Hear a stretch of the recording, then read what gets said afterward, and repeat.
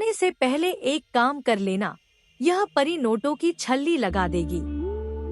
जी हाँ मित्रों, आज जो उपाय हम बताने जा रहे हैं यह बहुत ही शक्तिशाली उपाय है। इस उपाय में जो हम बता रहे हैं वह काम करके आपको सिर्फ सो जाना है। यह परी आपके घर में नोटों की छल्ली लगा देगी, इतना धन लाकर रख देगी कि आपको कभी धन की कमी नहीं होगी। तो नमस्कार मित्रों, जय भोलेनाथ, जय गुरुदेव। आप सभी कैसे हैं? उम्मीद है कि औघड़ दानी भूतनाथ भगवान भोलेनाथ की कृपा से आप सब अच्छे होंगे।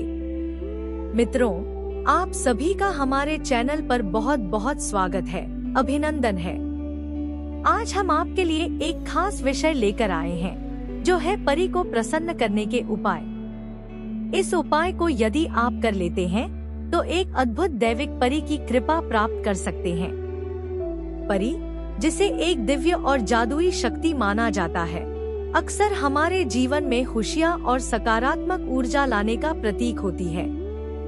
परी को प्रसन्न करना कोई कठिन कार्य नहीं है, बस इसके लिए हमें अपने मन को शुद्ध और सरल बनाना होता है। अगर आपका दिल सच्चा है और आपके विचार सकारात्मक हैं, तो परी जरूर आपकी प्रार्थनाओं को सुनती है।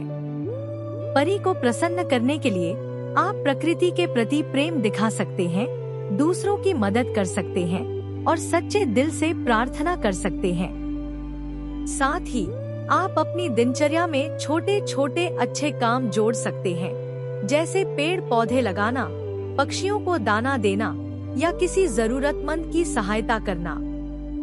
परी को खुशी तब मिलती है जब हम निस्वार्थ भाव से दूसरों की मदद करते हैं और अपने आसपास खुशियाँ फैलाते हैं। यह छोटी छोटी बातें न केवल परी को प्रसन्न करती हैं, बल्कि हमारे जीवन में भी सुख, शांति और समृद्धि लेकर आती हैं। तो चलिए, इस वीडियो में हम विस्तार से जानेंगे कि परी को खुश करने के आसान और प्रभावी तरीके क्या हैं, ताकि हमारा जीवन भी जादुई और सुखद बन सके।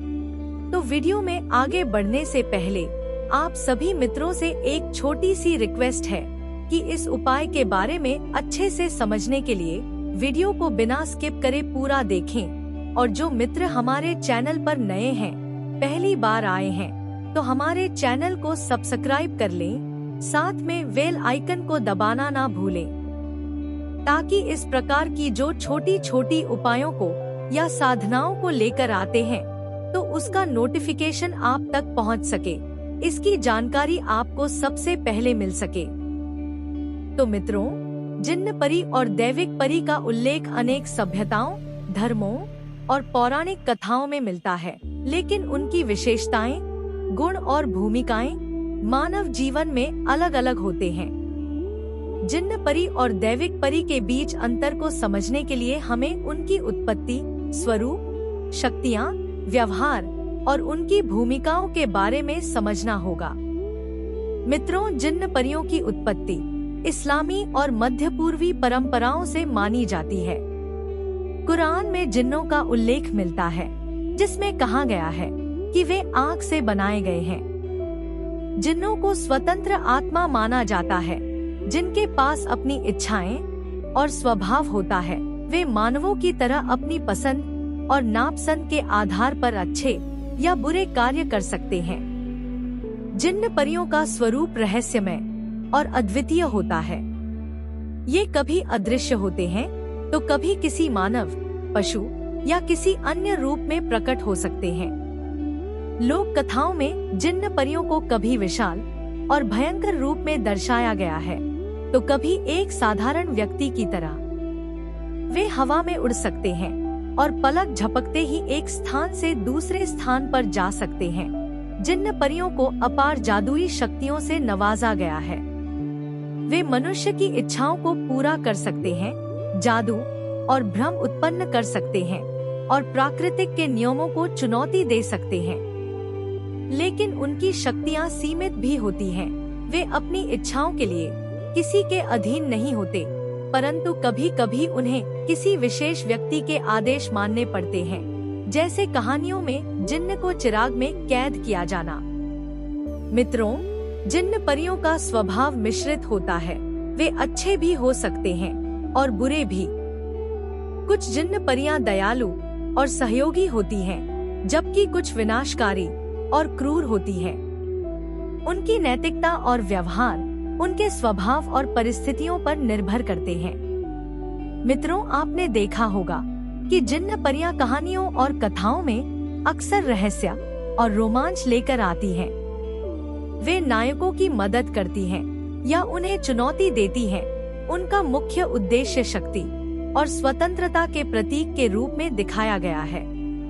उदाहरण के लिए, अलादीन की कहानियों में जिन्न परियां एक सहायक की भूमिका निभाती हैं, लेकिन अन्य कहानियों में वे विरोधी के रूप में भी उभरती हैं।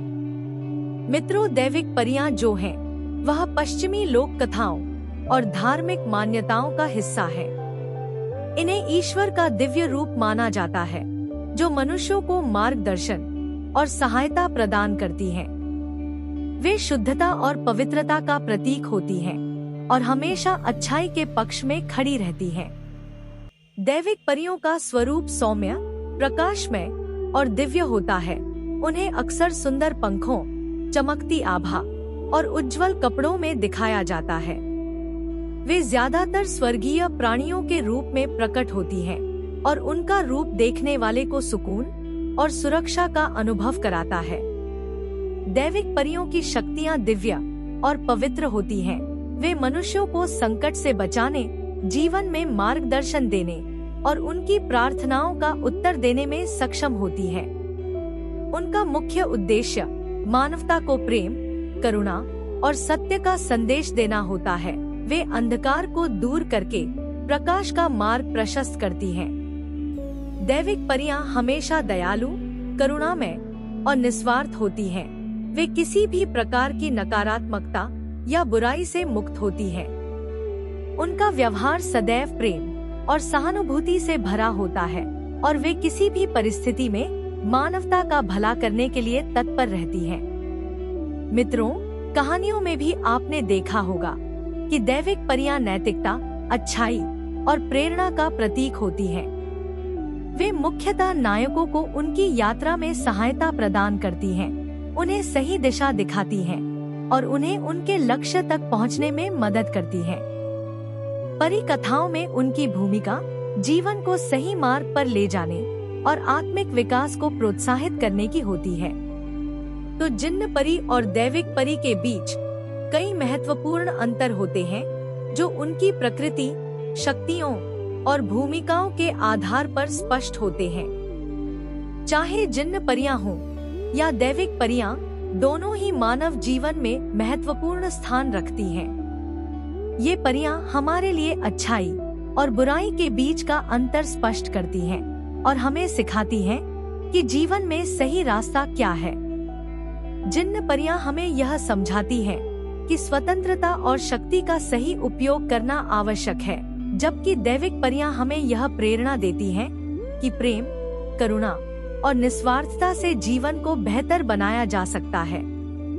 कुल मिलाकर कहा जाए तो जिन्न परी और दैविक परी दोनों ही अद्भुत प्राणी हैं, जो विभिन्न संस्कृतियों और परंपराओं में अपनी अलग अलग भूमिकाओं और गुणों के लिए प्रसिद्ध हैं। जिन्न परियां रहस्यमय, स्वतंत्र और जादुई होती हैं, जबकि दैविक परियां प्रकाश, अच्छाई और पवित्रता का प्रतीक हैं। मित्रों, आज हम दैविक परियों में से एक ऐसे परी को प्रसन्न करने का उपाय लेकर आए हैं। यह उपाय जो बहुत ही आसान है, क्योंकि इसे करने के लिए आपको कोई साधना नहीं करना है, कोई गुरु की आवश्यकता नहीं है। जी हाँ मित्रों, जैसा कि आपने थंबनेल पर देखा है कि सिर्फ आपको एक काम करके और सो जाना है। यह परी आपके घर में नोटों की छल्ली लगा देगी। तो यह सच है मित्रों, अगर इस उपाय को करके आप सोते हैं तो देखेंगे कि आपके सपनों में एक सुंदर सी परी आती है और आपके रूम में नोटों की बरसात करती है, जो सुबह उठते ही वास्तव में सच होगा। मित्रों, वह कोई आम परी नहीं थी, बल्कि वह धनलक्ष्मी परी थी, जिसे लोग अलग अलग नामों से जानते हैं, जैसे कभी समृद्धि की देवी, कभी भाग्य की रक्षक तो कभी दौलत की संरक्षिका। यह परी धरती पर उन्हीं के पास आती है जो निश्चल मन के होते हैं, जिनके भीतर लालच नहीं होता और जो अपनी परेशानियों को भूलकर सुकून की नींद ले पाते हैं। इस परी का रंग हल्का सुनहरा होता है, मानो उसकी त्वचा चांदी और सोने के मिश्रण से बनी हो। उसकी आंखें समुद्र जैसी गहरी, जिनमें झांकने से ही लोग सम्मोहित हो जाते हैं। उसके पंख मोरपंख के समान चमकदार और जब वह उड़ती तो उसके पंखों से हल्की रोशनी टपकती है जो छोटे छोटे हीरो की तरह लगती थी। मित्रों, इस परी का सबसे बड़ा रहस्य उसका जादुई स्पर्श है। जब वह किसी के कमरे में आती तो हवा में हल्की खुशबू फैलने लगती, कभी गुलाब जैसी, कभी चंदन जैसी, तो कभी केसर जैसी। यह सुगंध इस बात की निशानी होती है कि परी वहाँ मौजूद है। आप अपने सपनों के माध्यम से देखेंगे कि जब परी अपनी छड़ी से जादू करती है तो सबसे पहले हवा में हल्की हल्की धुंध उठती है, जो यह कोई साधारण धुंध नहीं होता, बल्कि यह असंख्य अनदेखे धन की कण होते हैं जो धीरे धीरे ठोस रूप लेते हैं। देखते ही देखते हवा में हल्की चमकदार बूंदें गिरने लगती और जैसे जैसे वे बूंदें नीचे आती वे रुपयों में बदल जाती हैं। और इतना नोट गिरते हैं कि कुछ नोट बिस्तर पर गिरते, कुछ कुर्सी पर, कुछ अलमारी के ऊपर और कुछ हवा में तैरते हुए आपके टेबल पर आ टिकते हैं। मतलब पूरा कमरा नोटों से भर जाता है और इस अद्भुत नजारे को देखने वाला हर कोई अवाक रह जाता है। पर इन नोटों की खासियत यह होती है कि वे सिर्फ अच्छे उद्देश्य के लिए ही इस्तेमाल किए जा सकते हैं। अगर कोई इन पैसों को लालच से भरकर खर्च करना चाहता है तो ये नोट धीरे धीरे धुएं में बदलकर गायब हो जाते हैं।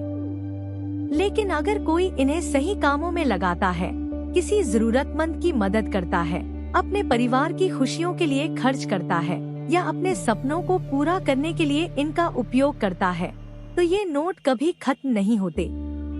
तो मित्रों, इस उपाय को कैसे करना है, कब करना है, इसके बारे आप अच्छे से समझ लें, क्योंकि अगर इस उपाय को करने की सही विधि के बारे में आप नहीं समझेंगे तो हो सकता है कि यह उपाय काम ना करे। तो आपको करना क्या है कि कृष्ण पक्ष के किसी भी शुक्रवार की रात्रि में कर सकते हैं। लेकिन ध्यान रहे कि इस उपाय को करने से पहले आपको बिल्कुल शुद्ध रहना है और इस उपाय के बारे में किसी को भी ना बताना है। तो जिस भी शुक्रवार के दिन इस उपाय को करें तो सूर्य ढलने से पहले आपको 21 गुलाब के शुद्ध पुष्पों को तोड़कर रख लेना है और आप जिस रूम में सोएं वहां पर एक परी की तस्वीर लगाकर इन फूलों की एक आपको माला बना लेना है और उस तस्वीर सामने एक दीपक जलाकर यह प्रार्थना करें कि हे देवी, मैं जो उपाय करने जा रहा हूँ इसमें आप मुझे अपना आशीर्वाद प्रदान करें, मेरा जो भी समस्याएं हैं उन्हें दूर करें। इतना करने के बाद आपसे जितना हो सके उस रूम को एकदम सुगंधमय बना दें, जैसे इत्र का छिड़काव कर दें या धूप जला दें। और जब आप सोने जाएं, तो सोने से पहले अपने बिस्तर में उत्तर दिशा की ओर मुख करके बैठना है। बैठ करके जो मंत्र हम स्क्रीन पर दे रहे हैं, इस मंत्र को सिर्फ 51 बार आपको पढ़ना है और आपको सो जाना है। देखिएगा मित्रों, आपको नींद लगते ही यह परी आपके सपनों में आएगी और इतना धन देकर जाएगी कि आपको कभी भी धन की कमी महसूस नहीं होगी। मित्रों, अगर आप यह सोचते होंगे कि क्या यह परी सिर्फ एक बार आती है, तो बता दें कि परी सिर्फ एक बार नहीं आती, बल्कि वह बार बार आ सकती है। लेकिन इसके लिए इंसान को अपनी अच्छाई और निष्कपटता बनाए रखनी होती है। यदि कोई व्यक्ति परी के आने के बाद लालची हो जाता है तो परी दोबारा उसके पास नहीं आती है। लेकिन यदि वह इंसान अपनी नेकदिली बनाए रखता है तो परी हर जरूरत के समय उसकी मदद करने के लिए वापस आती है। यह बहुत ही शक्तिशाली उपाय है, इसे एक बार जरूर करें। तो आज की वीडियो में बस इतना ही। अगर यह वीडियो आपको अच्छा लगा हो तो इसे लाइक करें और हमारे चैनल को सब्सक्राइब करना ना भूलें। तो कल फिर मिलेंगे एक नए उपाय के साथ। तब तक के लिए जय भोलेनाथ, जय गुरुदेव।